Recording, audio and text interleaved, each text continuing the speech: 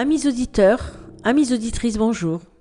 Disparition forcée en Algérie, un crime contre l'humanité est le titre d'un rapport élaboré par le collectif des familles de disparus en Algérie.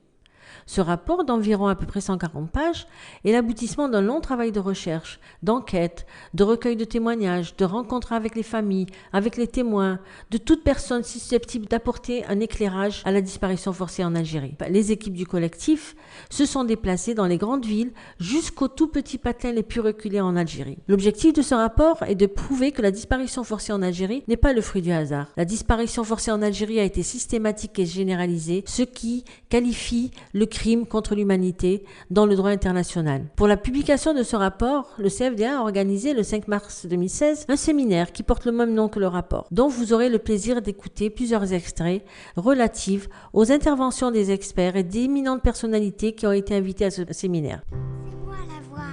Non, c'est moi la voix. Non, c'est moi la voix.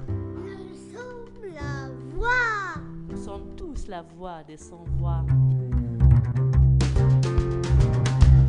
Nous étions 4 personnes à être allées à la Roite pendant 2 jours.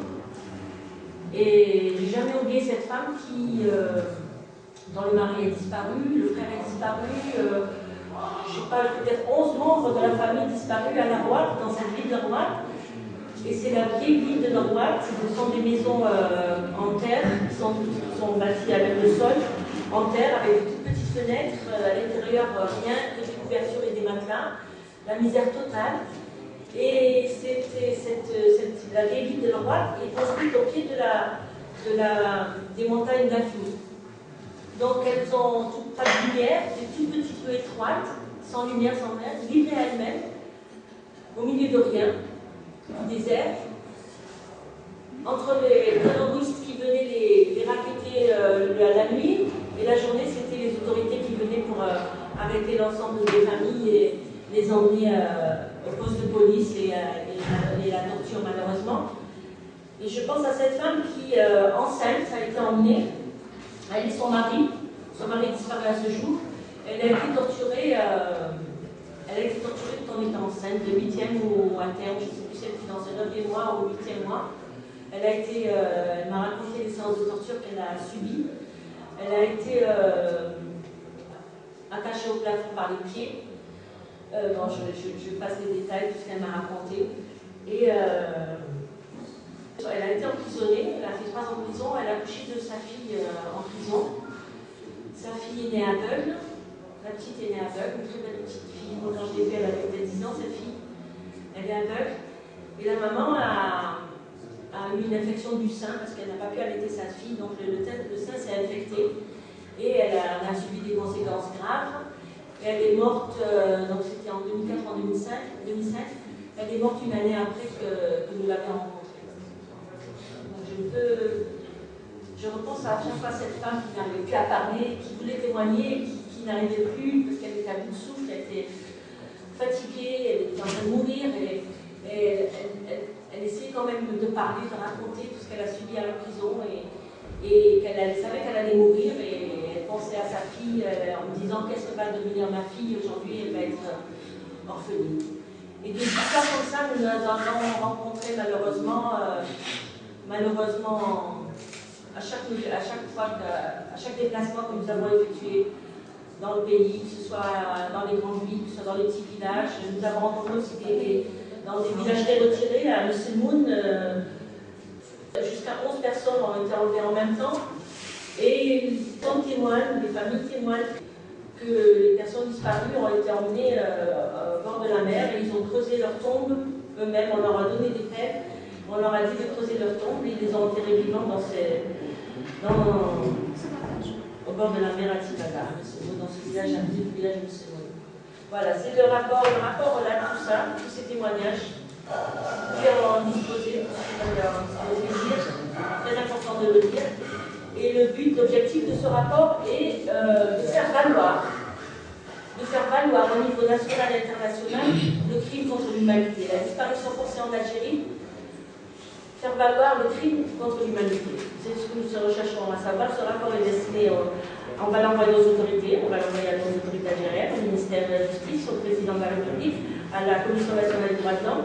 Et nous avons aussi des recommandations à l'intérieur et nous demandons aussi au groupe de travail sur les disparitions forcées de faire une allégation générale sur la disparition forcée en Algérie, un crime contre l'humanité.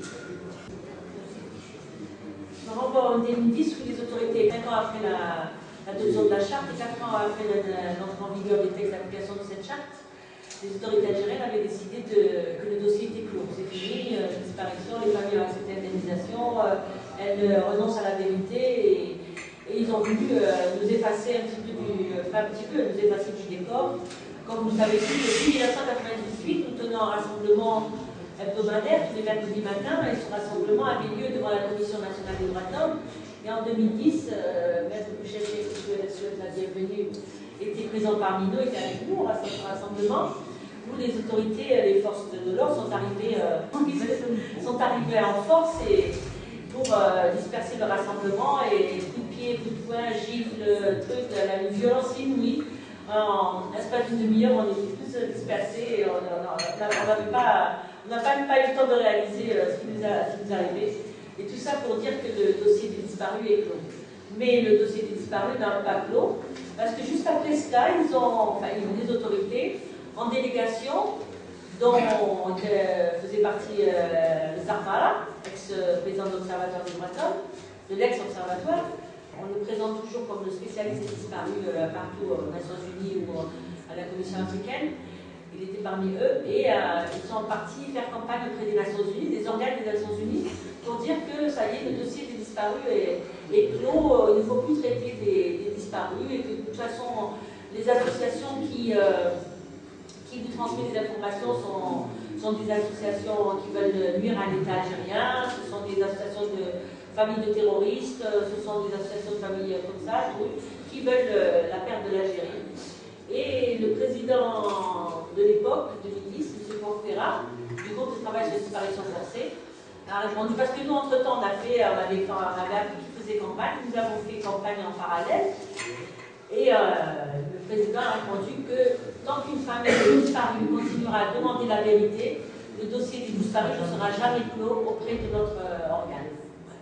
Donc c'était une victoire pour nous, le dossier n'est pas clos, il est toujours ouvert.